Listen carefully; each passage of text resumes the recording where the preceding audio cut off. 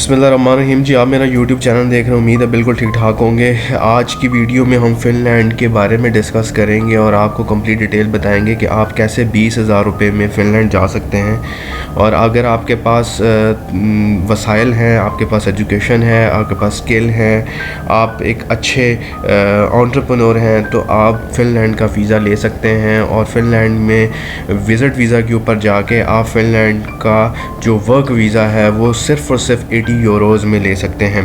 क्या complete details हैं हम आपके साथ आज शेयर करेंगे और आपको बताएंगे कि वाई फ़िनलैंड के लिए क्या क्या डॉक्यूमेंटेशन रिक्वायर्ड है और पॉजिटिव और नेगेटिव बेनिफिट्स क्या हैं फ़िनलैंड जाने के। इस टाइम के ऊपर 2023 में फ़िनलैंड गवर्नमेंट को 50,000 वर्कर्स की ज़रूरत है जो डिफरेंट कैटेगरीज़ में हैं। और फ़िनलैंड के बारे में आपको बता दें कि फ़िनलैंड जो है वो स्वीडन, रशिया और नॉर्वे की जो बाउंड्री इसको लगती है, एक बेहतरीन मुल्क है रहने के लिए, शेंजन कंट्री है। आप इस वीज़ा की बेस के ऊपर तमाम शेंजन कंट्रीज़ में ट्रैवल कर सकते हैं। और ये एक ऐसा बेहतरीन मुल्क है, एक डेवलप मुल्क है जहाँ की करेंसी जो है वो ऑलमोस्ट आपको यूरोज़ में सारे पैसे मिलते हैं। और यहाँ पे आप रह के 3,000, 4,000, इवन 5,000 यूरोज़ भी कमा सकते हैं। सबसे पहले हम बात करते हैं कि वाई फ़िनलैंड की बहुत सारी ख़ास बात है। उनमें सबसे पहले जो इम्पॉर्टेंट चीज़ है वो आपका लिविंग यहाँ पे स्टैंडर्ड है, वो बहुत अच्छा है। इसके अलावा PR मिलने के चांसेस आपको बहुत ज़्यादा हैं। परमानेंट रेजिडेंस भी आपको मिल सकती है अगर आपको स्किल वीज़ा मिल जाता है।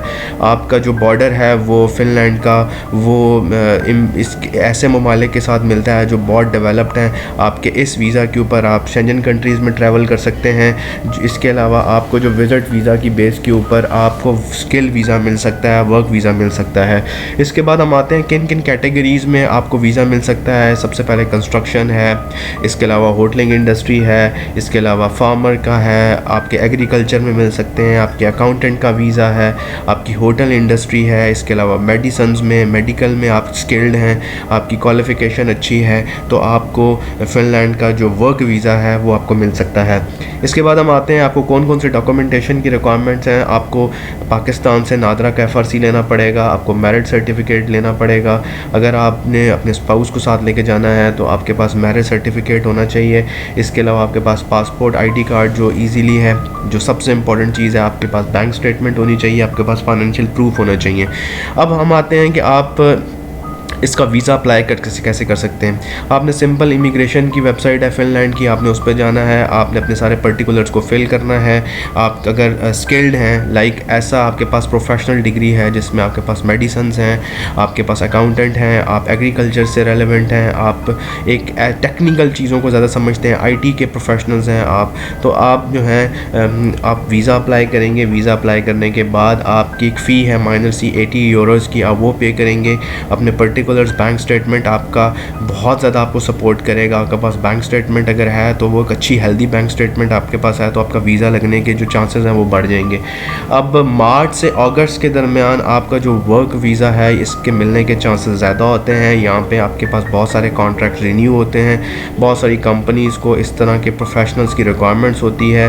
आप फ़िनलैंड जाके ख़ुद भी ढूंढ सकते हैं। आपको विज़िट लेना है, विज़िट लेने के लिए जो पर्टिकुलर छोटे छोटे डॉक्यूमेंट्स हैं वो आपको रिक्वायर्ड होंगे।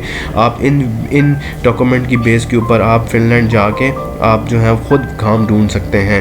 अब इसका जो तरीक़ाकार है ये ऐसा ही है जैसे आप दुबई जाते हैं विज़िट के ऊपर, और दुबई जाके आप काम ढूंढते हैं। लेकिन जैसे ही आपको काम मिल जाता है, बहुत सारी अच्छी कंपनीज़ हैं, रिक्रूटमेंट कंपनीज़ हैं जो आपको काम दे सकती हैं। अगर आपको काम मिल जाता है तो आप अपने मुल्क वापस आके आप दोबारा उस वर्क वीज़ा की बेस के ऊपर जो आपको स्पॉन्सर्ड करेंगी वो कंपनीज़, आप दोबारा फ़िनलैंड जा सकते हैं। अब जो उसकी फ़ी है वो तकरीबन 80 यूरोज़ है। आपको वहाँ पे थोड़ा बहुत आपको 100,000 यूरोज़ अगर आपके पास हैं तो आप जाके 2 से 3 महीने का विज़िट कर सकते हैं। वहाँ पे डिफरेंट कंपनीज़ हैं, डिफरेंट रिक्रूटर्स बैठे हुए हैं, आप उनके साथ बात करके आप कंपनीज़ में जॉब ले सकते हैं।